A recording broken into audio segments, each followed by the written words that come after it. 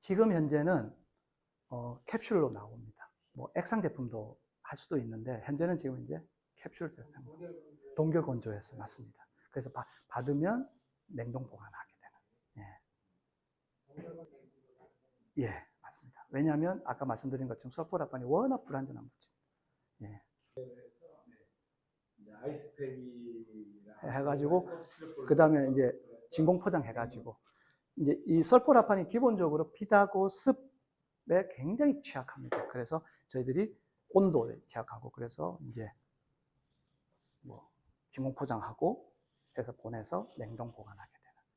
그래서 좀 어찌 보면 굉장히 좀 이렇게 대중적으로 좀 하기에는 좀 힘든 아주 좀 특별 타겟으로 해서 하는. 그 브로콜리 새싹을 그러면 지금 직접 키웁니다. 그래요? 예. 기술도 있습니다. 이걸 하는 곳이 여러 곳이 있나요? 키우는 것은 여러 사람이 할 수 있습니다.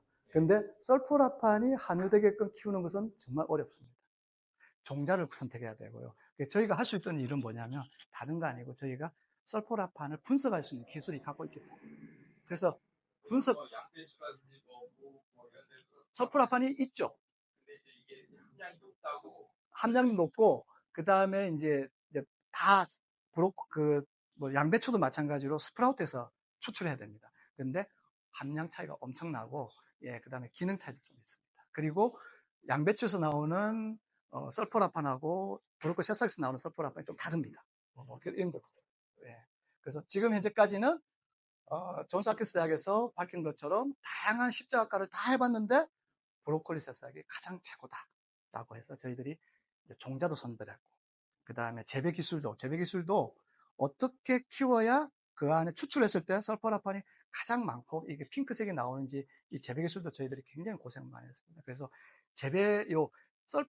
그 브로콜리 새싹을 직접 키우는 것도 굉장히 큰 노력입니다. 보통은 우리가 그냥 쉽게 그냥 받아보면 되는데 받으면 우리가 원하는 만큼의 어떤 표준화된 새싹을 구할 수가 없습니다. 그래서 저희가 직접 키우고 있습니다. 일반적으로 수확물을 수출하면 단일 성분만 이렇게 그렇죠. 아까 제가 전부 다는 못하고 대표적인 것들, 플라보노이드 계통, 그 다음에 이제 폴리페놀, 그 다음에 나머지 이제 비타민 계통, 비타민 B 뭐 이런 구들, 그 다음에 이제 뭐 미네랄 계통, 그 정도는 저희가 다 분석을 해가지고 다 갖고 있죠. 건강기능식품으로 지금은 어떻게 했냐면 우리 이제 건강기능식품이 두 가지가 있지 않습니까? 개별 인증이 있고 고시형이 있지 않습니까? 저희들은 개별 인증을 받으려면 시간이 너무 걸리니까 이거는 이제 지금 저희가 진행을 하고 있는데 지금 그 사이에는 저희가 셀레니움 넣어가지고 그냥 고시형 항산화 제품으로 건강기능 제품으로 팔고 있습니다. 그냥 단순히 식품으로도 지금 이게 나오는 것도 있어서 좋아요. 식품으로도 나오는 것도 있습니다. 예, 예. 제가 말씀드린 것처럼 시중에 보면 일반 식품들이 있습니다. 그건 다 그 브로콜리 새싹 분말만 갈아서 판 거라고 생각하시면 그 안에 설포라판이 없고요. 그래서 먹었을 때 생기는 거. 그럼 이제 그렇게 갈아서 판 분말은 그냥 설탕이 들어있다라고 그냥 들어있을 수 있다. 그러니까 먹으면 설포라판이 만들어진다라고 광고하는 거죠. 국내에 적용하는 건 똑같지 않나요? 아니요, 완전히 틀립니다. 이렇게 볼 수 있습니다. 존스 홉킨스 대학에서는 팔레레 박사님은 설포라판에 포커스를 맞추셨어요. 확실히. 그러니까 어떻게 하셨냐면 이제 우리가 브로콜리 새싹에 보면 그 설포라판의 전구체가 있습니다. 글루코라판이라는 게 있고 그리고 이제 식물체 세포벽 안에 미로시닌이라는 효소가 있습니다. 이게 평상시에는 그대로 떨어져 있습니다. 근데 스트레스를 딱 받으면 이게 미로시네이즈가 밖으로 나오면서 글루코라파닌을 하고 만나서 이게 설포라판으로 만들어집니다. 그래서 이 설포라판이 방어 기작의 물질이 되는 거죠. 그래서 이제 이 존스 홉킨스 대학에서는 어떻게 했냐면 이 브로콜리 새싹을 그냥 끓여버렸습니다. 끓이면 어떻게 되냐면 미로시네이즈 죽습니다. 단지 뭐만 뽑아냈냐면 글루코라판이라는 전구체만 뽑아낸 거예요. 그거 중국에서 했잖아요. 간암투염도 했죠. 그렇죠, 했죠. 그래서 여기에다가 외부에서 무청에서 효소를 미로시네이즈를 뽑아가지고 요 두 개를 합친 거예요. 그래서 설포라판을 만들어냈습니다. 이것도 훌륭했어요. 왜? 브로콜리 새싹에서 추출했기 때문에. 그렇게 해서, 예. 예. 네. 뭐가 something 뉴냐. 그러니까 제가 이걸 아셔야지 제가 something new를 제가 말씀을 드리는 거예요. 그러면 이제 이게 추출 방법에서 완전히 다르게 이제 전형이 됩니다. 그러니까 뭐냐면, 존스 홉킨스 대학은 미루시네이즈를, 자체 미루시네이즈를 쓰지 않고 외부 것을 썼고요. 그리고 다른 파이토케미칼은 다 없애고 그루코라파닌만 뽑아내서 같이 썼던 거예요. 제가 봤을 때는 이게 어떤 한계가 있었을 거예요. 분명할 거예요. 그래서 저는 어떻게 했냐면, 그게 아니고 우리는 효소는 자기 효소를 써야 된다. 자기 식물체가 브로콜리 새싹이 갖고 있는 미루시네이즈를 써야 된다. 그리고 다른 파이토케미칼들이 브로콜리 새싹에서 갖고 있는 다른 파이토케미칼을 손상시키지 말자. 그렇게 하면 어떻게 하냐면, 이 추출의 방법에 있어서, 온도에 있어서 굉장한 센시티브하게 저희가 만들어야 됐습니다. 그래서 추출 다 갖고 있죠. 특허도 냈고요. 네. 그래서 저희가 추출 온도에 따라서 했을 때 어떻게 설포라판이 만들어지고 그 안에 뉴트리언트가 어떻게 존재하고 이 추출 온도에 따라서 어떻게 안정화되는지, 스테빌리티가 어떻게 달라지는지. 그러니까 존스 홉킨스 대학은 아까 제가 말씀드린 것처럼 그 전구체에 포커스 맞추고 외부에서 효소를 갖고 와서 설포라판을 만들었기 때문에 이 설포라판의 안정성에 굉장한 어려움을 겪을 수밖에 없었어요. 근데 저희는 어떻게 했냐면, 그게 아니라 브로콜리 새싹 안에 있는 효소를 쓰고, 그리고 그 나머지 인그리디언트를 그대로 남겨두면 분명히 이것들이 이 설포라판을 식물체의 어떤 자기들의 어떤 상호작용에 의해서 분명히 안정화를 시켜줄 것이다라는 생각하에서 그 존스 홉킨스 대학에서 쓴 추출 방법이 아닌 저희들 나름대로의 추출 방법을 해서 했더니, 아까 제가 말씀드린 핑크색이 나오고 그 안에 설포라판이 나와 있고, 그리고 그것을 저희가 스테빌리티 테스트를 했더니 금방 사라지는 것이 아니라 적어도 한 5일 정도는 이게 상온에서 유지가 되더라. 이게 첫 번째 저희들이 갖고 있는 something new입니다. 이게 추출의 어떤 테크놀로지. 그러면 지금 저기 들어있는 거는 그걸 말린 거죠? 그렇죠. 말린 거죠. 그렇게 해서 만들어진 거고, 두 번째는 딴 데서는 지금 다 브로콜리 새싹 스프라우트를 포기했는데 종자만 썼는데, 우리는 아직도 우리가 직접 종자를 키워서 거기서 추출해서 다 한다는 거. 이게 이제 어찌 보면, 요거는 이제 어쩌면 회사의 노하우고요. something new는 추출 방법이고요. 예, 그렇습니다. 상당히 설계가 제가 해봤는데 실제로 어렵습니다. 왜냐하면 이 브로콜리 새싹에서 추출하는 것들이 아무리 내가 표준화를 시킨다 해도 배치별 차이가 있기 때문에, 뭐 설포라판 인그리디언트만 갖고 한다면은 좀 가능성이 있겠는데, 실질적으로는 제가 여러 뭐 동아약품, 뭐 우리나라 굴지에서 뭐 센트리온하고 다 상의를 해봤는데, 실질적으로 이거는 그냥 일반적인 제품으로 가는 게 낫겠다라고 이렇게 하고 있습니다. 설포라판이 어떻게 얼마나 함유돼? 5mg 하루 복용량. 5mg이 들어있는데, 예. 그분이 들어있다고 판단하신 근거가 있을 거잖아요. 실험 방법이죠. 그러니까. 예, 실험 방법이고, 그러니까 그분들이 갖고 있는 실험 방법, 예, 그러니까 그 분석 방법이 있죠. 그러니까 저희들도 분석 방법이 있고, 예, 예. 그러니까 그러면은 존스 홉킨스에서 여기는 5mg이 예를 들어 100mg 중에 5mg가 있어요라고 하는 어떤 그런 페이퍼나 이런 게 있으시죠? 그거는 없고, 자기 이제 메일로 저한테 보내거든요. 없고, 그러니까 저희들이 할 수 있는 거는 다른 건 없고요. 저희가 페이퍼를 내서, SCI 페이퍼를 내서 거기서 나온 그걸로 이제 할 수밖에 없는. 왜냐하면 지금 국내에서는 해줄 데가 없으니까. 이 설포라판이라는 분석 자체가 굉장히 까다롭습니다. 일단 상온에서 유통을 하는 것 때문에 일단 뭐 브로콜리 새싹뿐만은 뭐 유통이 가능하죠. 이제 안에 설포라판이 없으니까. 이제 그래서 이제 그래드가 일단 기본적으로 이제 차이가 있는 어떤 상황. 예. 어떤 사람들이 주로 구매를 하게 되냐면, 아까 말한 것처럼 굉장히 이제 만성질환에 어려움을 겪고 계시는 분들. 이분들이 드시고 좋으니까 또 주변에 만성질, 또 나이가 들면 대부분 또 그분들 소개하고.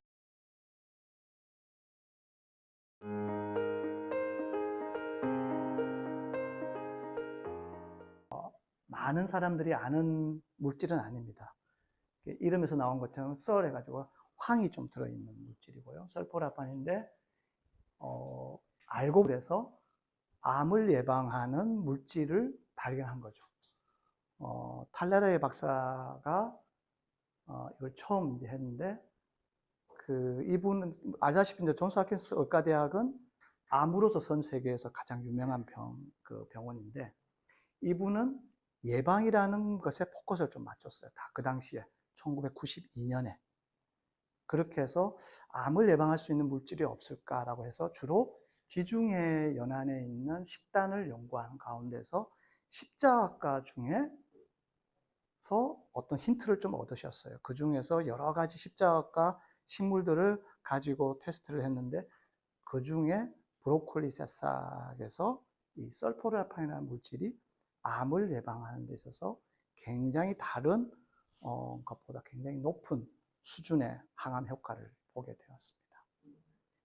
이것이 이제 뉴욕 타임즈에 1992년에 이것이 논문이 발표되고 여기 보시면 뭐 potent chemical for fight cancer seen in broccoli 해가지고 뉴욕 타임즈 1면에 나오게 됩니다.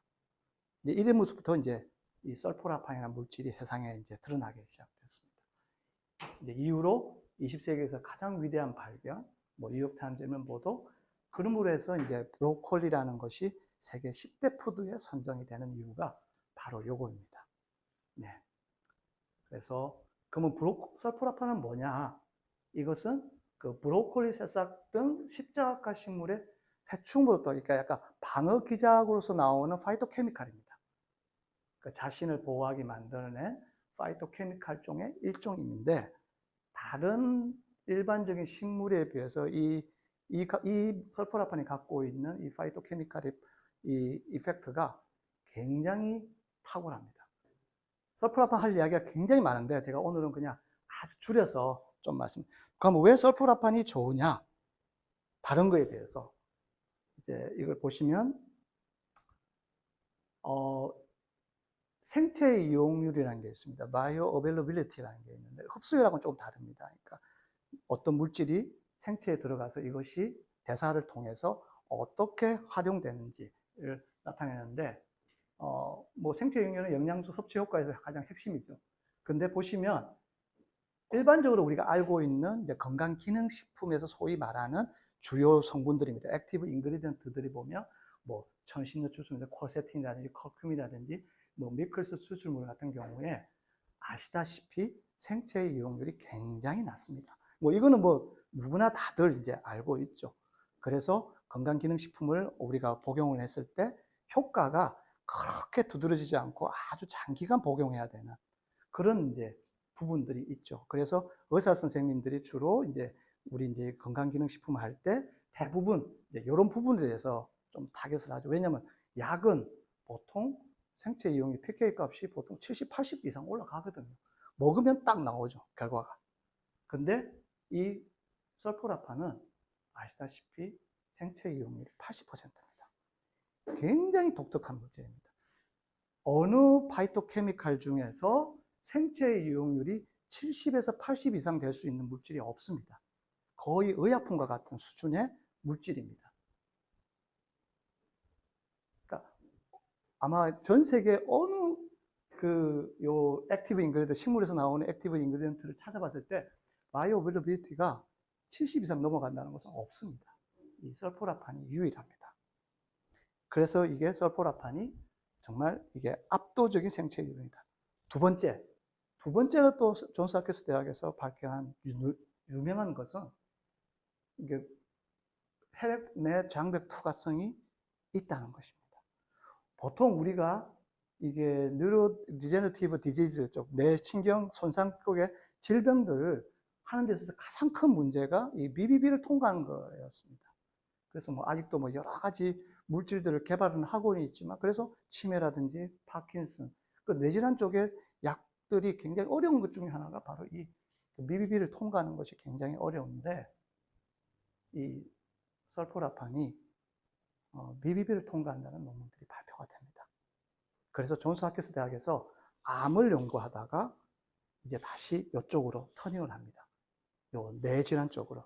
그래서 논문을 찾아보시면 이 설포라판, 뭐 구글에서 키워드를 딱 쳐보시면 설포라판 엔티캐서 하면 논문이 뭐 어마어마하게 나오고요. 그 다음에 설포라판 해서 뭐 뇌질환 쪽에 뭐 파킨슨, 뭐 알츠하이머, 뭐 다양한 종류. 그 다음에 그 자폐, 뭐 자폐 같은 경우에도 실질적으로 설포라판을 가지고 임상 실험을 했습니다. 존스 홉킨스 대학에서 한 45%의 어떤 개선 효과를 보는 그런 논문들도 많이 나와 있고. 그래서 지금 이 설포라판이 아까 제가 말씀드린 것처럼 의약품과 같은 바이오어빌리티, 생체 이용률이 높고, 그리고 이 BBB를 통과한다는 것이 이 설포라판이 갖고 있는 굉장히 독특한 그리고 놀라운 효능 중에 하나입니다. 세 번째는 당연히 뭐 이제 우리 보통 항염증 효과에 대해서는 이야기를 합니다. 뭐 기본적으로 TNF-알파, 뭐 인터루킨 6, 뭐 COX-2 같은 경우에 굉장히 효과가 좋습니다. 근데 뭐 다른 뭐 보통 이제 식물 추출물 파이토케미칼에서 다 항염증이 좋지 않냐라고 하는데 이것을 받쳐줄 수 있는 게 뭐냐면 바로 아까 제가 첫 번째 말씀드린 바이오 어베일러빌리티입니다. 생체 이용률입니다. 생체 이용률이 높기 때문에 이 항염증 효과가 확실하게 나타나는 겁니다. 이제 세 번째는 이제 요겁니다. 황산화 효소 활성화입니다. 그 NRF2라는 이 뭐랄까요? 이게 이제 전사인자인데 이 NRF2를 아마 조금 공부를 해보시면 NRF2가 모든 인체 항산화 시스템을 총괄을 하게 됩니다. 뭐 글루타치온부터 시작해서 SOD 모든 것들을 이 NRF2가 다 관할을 합니다. 그래서 NRF2를 인듀스할 수 있는 식물체를 찾는 것이 굉장히 큰 화두입니다. 근데 이 설포라판은 NRF2를 활성화시키는 가장 강력한 물질이라고 논문에 많이 나와 있습니다. 그래서 키워드를 쳐서 설포라판, NRF2, 그리고 뭐 항산화제 이렇게 치면 엄청난 논문들이 나옵니다. 물론 NRF2에 관련된 논문들도 엄청나게 많고요. 그래서 이 NRF2로 인해서 요것을 활성화시킴으로 해서 체내에 있는 황산화 효소가 어떻게 액티베이션 되는지를 이렇게 나타낸 그래프가 있습니다.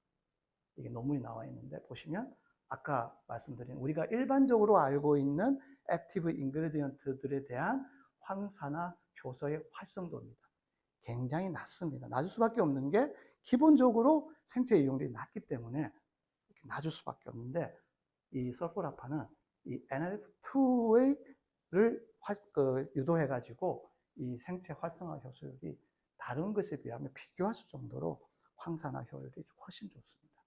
뭐 설포라판이 글루타치온을 뭐 인두스한다, SOD를 뭐 활성화시킨다 등등 논문들이 너무나도 많이 나와 있습니다. 그래서 보통 일반적으로 우리가 황산화하면 보통 항산화 물질이 프리라디칼을 이렇게 디스뮤트하는, 뉴트럴라이제이션 하는 그런 어떤 효과를 내는데 이 설포라판은 실질적으로 이 설포라판 자체가 프리라디칼을 없애지는 않습니다. 디스뮤트 하지는 않습니다. 뭘 하냐면 NRF2를 활성화시켜서 이 NRF2를 통해서 다양한 SOD, 카탈라즈라든지 뭐 글루코타치온 이런 것들을 활성화시켜서 얘들이 일을 하게끔 도와줍니다. 어찌 보면 완전히 대장이죠. 그렇기 때문에 황산화 효과가 엄청나게 나올 수밖에 없는. 예. 제가 이제 요 대표적인 또 여러 가지 뭐 효과들이 있는데 설포라판이 그래서 이 설포라판이 결국은 궁극적으로 하는 일이 뭐냐?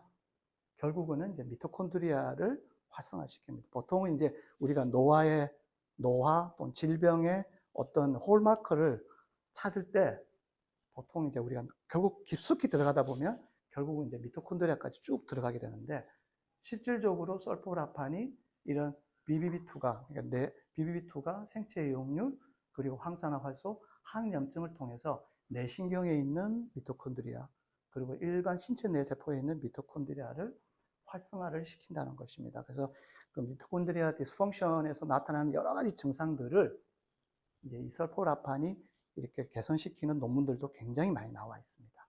그래서 아시다시피 뭐 미토콘드리아 기능 이상시 이게 보통 이제 우리가 기능 대사증후군에서 보통 많이 하는 뭐 이런 이제 병들이 이제 이런 것들을 통해서 이제 이것을 이제 개선할 수 있다라고 하는 게 이제 이 설포라판의 이야기입니다. 그래서 설포라판이 있는데 그 다음에 제가 조금 더 뒤로 내려가서요.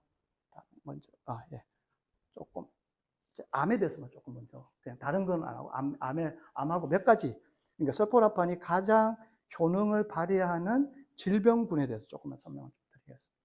설포라판의 항암 작용 기전입니다. 이것은 이미 다 논문들이 숱하게 굉장히 많이 나와요.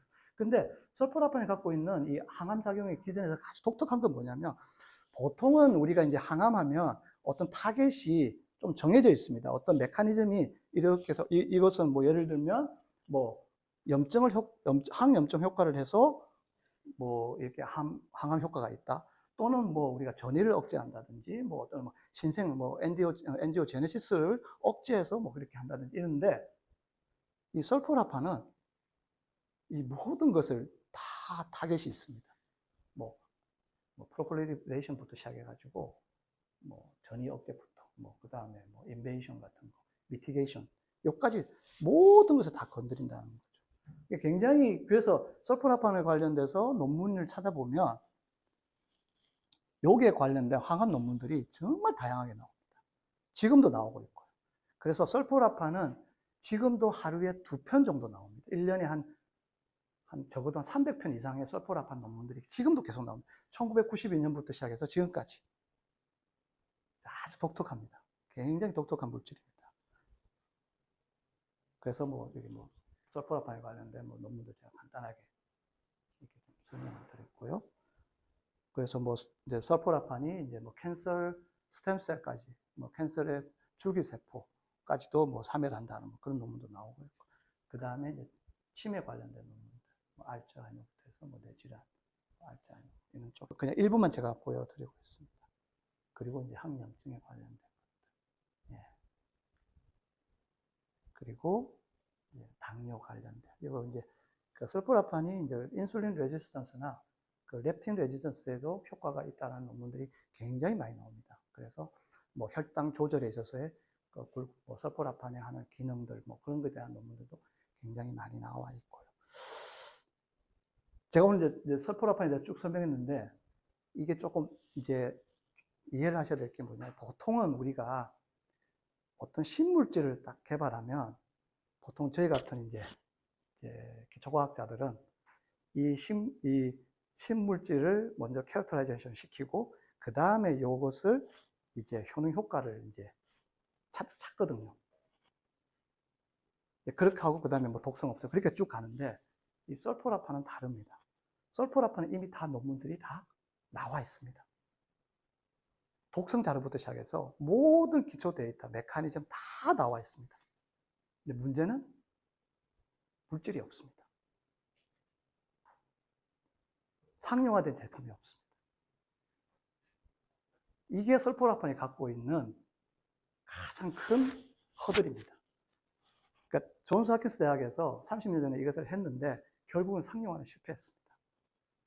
임상시험도 정말 많이 하고 했는데, 설포라판이 갖고 있는 독특한 케미컬 구조 때문에 이것을 추출하면 바로 사라져 버립니다. 마치 우리가 마늘을 탁 부셨을 때 냄새가 확 나서 파이토케미칼이 나왔는데 시간이 되면 싹 없어지면, 자기를 보호하기 위해서 그게 계속 지속되면 자기를 다치니, 아주 좋은 파워풀한 파이토케미칼은 어떤 스트레스 상황에서 이것이 발생이 확 되었다가 이게 어느 정도 시간이 지나면 반드시 없어져야 이게 가장 안전한 파이토케미칼이 됩니다. 그 특성을 그대로 갖고 있는 거죠, 이 설포라판은. 그래서 설포라판을 브로콜리 새싹에서 추출하고 이거를 조금만 놔두면 이게 사라져 버립니다. 디그레이션 돼 버립니다. 그래서 존스 홉킨스 대학에서 어떻게 했냐, 이거를 마이너스 20도, 마이너스 40도에다가 동결 건조를 해버립니다. 그러니까 이게 보관을 합니다. 그리고 임상할 때만 꺼지분해서 사용하게 되는 거죠. 그래서 지금 이제 설포라판에 있어서의 몇 가지 허들은 뭐냐면, 첫 번째, 어떻게 추출할 것이냐. 브로콜리 새싹에서 어떻게 추출하는 조건. 두 번째, 이것을 어떻게 안전하게 안정성을 유지해서 이것을 소비자들에게 유통을 할 수 있느냐가 가장 큰 허들 중에 하나입니다. 그래서 제가 이제 오늘 제가 설명을 드리고 싶은 것은, 저희들이 이것들을 극복했다는 것을 조금 제가 설명을 좀 드리려고 합니다. 첫 번째, 브로콜리 새싹을 추출하면 설포라판이 나오는데 색깔이 핑크색이 나옵니다. 제가 처음 이게 추출하고 제가 정말 놀랐습니다. 보통은 우리가 어떤 식물을 추출하면 색깔이 보통은 황색입니다. 브라운 색깔입니다. 근데 이거는 핑크색이 나옵니다. 아주 독특합니다. 이 핑크색 안에 설포라판이 들어있습니다. 그래서 정말 제대로 설포라판을 추출했을 경우에 색깔이 핑크색이 나오는 거죠. 제가 이것을 내가 저거 너무 신기해서 미국에 있는 존스 홉킨스 대학에서 처음 브로콜리 새싹에서 설포라판을 추출했던 최초의 사람 한 명 있고, 그분의 코워커가 한 명 있는데, 한 분은 돌아가셨고 한 분은 닥터 페이라고, 아마 인터넷에 보시면 설포라판 치면 이분이 나와서 굉장히 유튜브 강의를 많이 하십니다. 이분한테 제가 메일을 보냈습니다. 존스 홉킨스 대학 찾아가지고 보내서 한국에 있는 회사인데 내가 설포라판을 추출을 성공한 것 같은데 우리 거를 좀 이밸리에이션 해줄 수 없겠냐. 그랬더니 이제 처음에는 답장이 왔어요. 와서 어떻게 추출했는데, 그래서 제가 다 말은 못하고 이렇게 나왔는데 마지막 프로덕트가 핑크색이 나왔다니까 그 닥터 페이 박사가 깜짝 놀라시는 거예요. 너무 흥미롭다고. 그렇게 해서 제가 이제 몇 가지 이야기 드리고 그 샘플을 보내드렸어요. 보내서 자기가 꼭 한번 정말로 이 안에 설포라판이 있는지 자기가 검사하고 싶다. 지금 현재까지는 자기가 많은 회사들이 자기한테 의뢰를 했지만 설포라판이 있는 걸 한 번도 보지 못했는데, 근데 너희들이 이렇게 핑크색으로 나온 거, 그리고 브로콜리 새싹에서 직접 추출해서 했고 한번 해보겠다 해서 했는데, 그분이 이제 한 달 있다가 답장이 왔어요. 이만큼 들어있더라고. 제가 답장을 제가 받았죠. 그래서 이제 그분하고 지금 조금 뭔가 좀 해보려고 지금 하고 있는. 그래서 핑크색이라는 거. 그분도 굉장히, 그래서 제가 우리 브랜드가 이게 지금, 그래서 보시면 이게 브로콜리 새싹이거든요. 키울 때 보면 이게 자체가 핑크색이 보입니다. 그래서 지금 핑크색이 안 보이면 저희가 재배할 때 이게 잘 안 보이면 딱 해보면 확실히 브로콜리 그 설포라판 함량이 떨어져 있어요. 두 번째는 뭐냐면, 이건 저희들이 기술을 지금 제가 말씀드립니다. 첫 번째, 저희가 추출 기술을 개발해서 브로콜리 핑크색의 추출물을 얻었고 그 안에 설포라판이 있다는 것을 우리가 발견했고, 두 번째, 지금 현재 아마 이제 제가 오늘 설포라판에 대해 설명하고 난 다음에 아마 이제 궁금하셔서 인터넷 딱 들어가 보시면 정말 제법 많은 제품들이 나와 있을 거예요. 설포라판이라는 제품. 근데 가격도 굉장히 쌉니다. 보통 뭐 한 20불, 30불, 직구 제품들이 많죠. 국내 제품은 한두 제품 정도 있고. 네. 그것은 현재 대부분 한 70%는 어떤 제품이냐면 그냥 브로콜리 분말만 파는 겁니다. 브로콜리 새싹 분말만. 그 안에는 설포라판이 없습니다.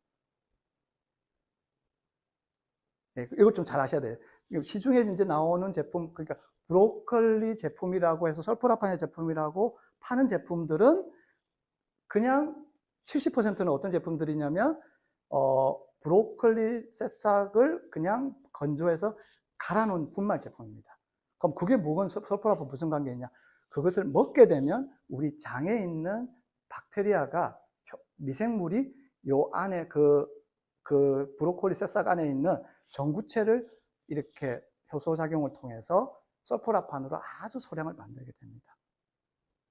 그러니까 함량이 들어있지 않은데 먹으면 조금 생성되는 그런 제품들입니다.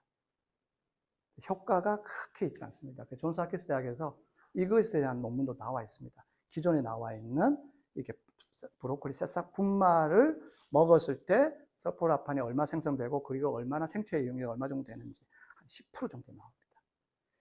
그러니까 이제 또 다른 회사는 어떻게 하냐면 브로콜리 새싹 분말만 먹으면 내 배 안에 있는 어떤 사람마다 갖고 있는 이 미생물 균종이 다르니까 차라리 조금 더 요걸 좀 효율을 높이자 해가지고 무청에서 그 전구체에서 글루코라판이라고 하는데 이것을 설포라판으로 전환시켜주는 효소를 넣어줍니다.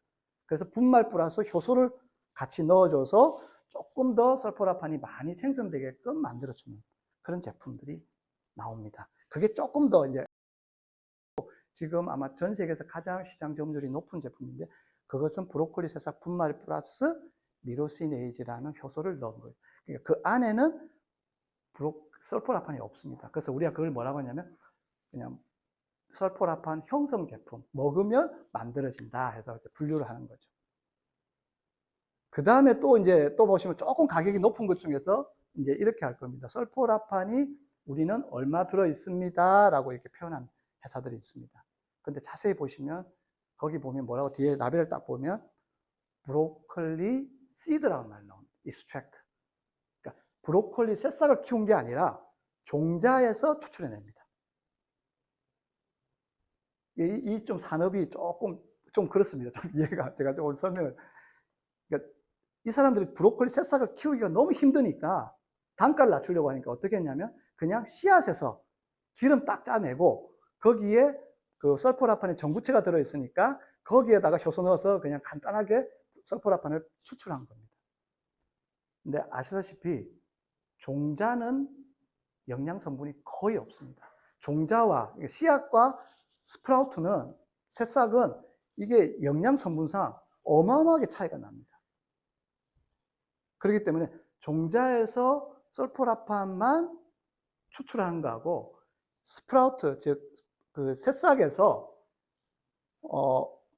설포라판 플러스해서 나머지 이 다른 영양 성분들이 이 새싹에는 엄청나게 들어있습니다. 그래서 이렇게 그래서 빨갛게 나오는 그것도 하나에 있고요. 그래서 폴리페놀 등 다양한 저희가 분석을 해봤어요.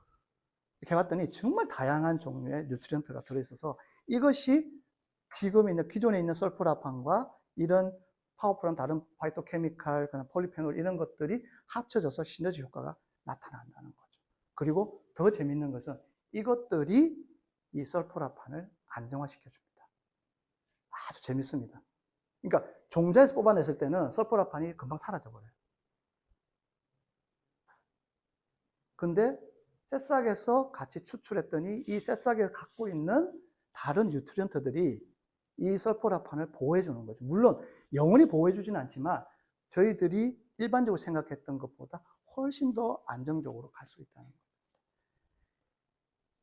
그래서 저희가 이 설포라판을 유통시킬 수 있는 그런 시간적 여유를 배우는 거죠. 금방 사라지는 것이 아니라 적어도 한 일주일 정도는 유지를 시켜주는. 그렇게 해서 여전히 저희들도 저희들 제품이 나오면 소비자한테 받으면 소비자들한테 냉동 보관을 하라고 합니다. 왜냐하면 이게 한 달간 실온에서는 보관이 안 됩니다. 단지 뭐 한 며칠 정도는 보관이 되는데. 네. 그런 차원에서 저희가 이 세 가지 포인트로 말씀드릴 수 있습니다. 이 설포라판은 제가 작년부터 이제 산업화 시켜서 상용화 시켜서 이제 대량으로 좀 나오게 하는 이제 공장도 저희가 지었고 거기서 나온 제품을 가지고 정말 많은 분들에게 이렇게 좀 드려서 했는데 제가 이렇게 좀 제가 이 말씀드리면 꼭 제가 무슨 약장사 같은 느낌이 받긴 한데 제가 진짜 이겁니다. 그러니까 예를 들면 이제 이런 케이스입니다.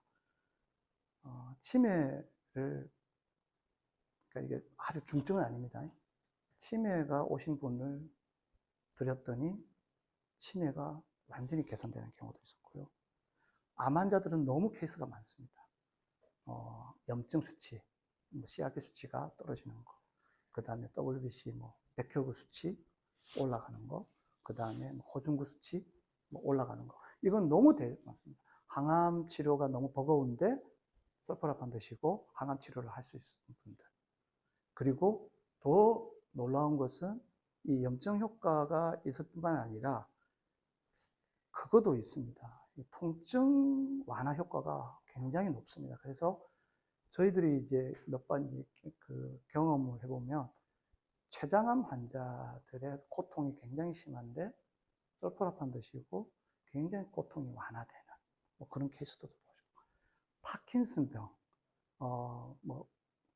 지금 연세대 세브란스 병원에서 파킨슨 치료하고 계시는 분들 몇 분도 있고, 그 다음에 제 주변에 지인들 아시는 분이 있는데, 그분들 이거 드셔서 인지력 좋아지시고, 그 다음에 다리에 힘이 있다는 분도 계시고, 상당히 많이 좋아지시는, 그런 등등, 당뇨, 혈압.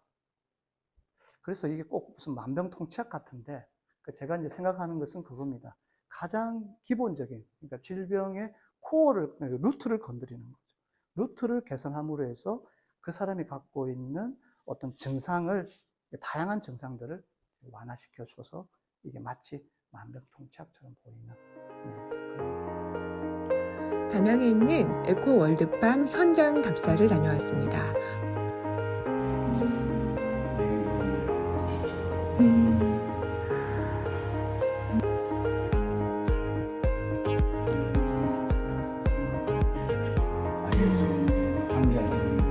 기본적인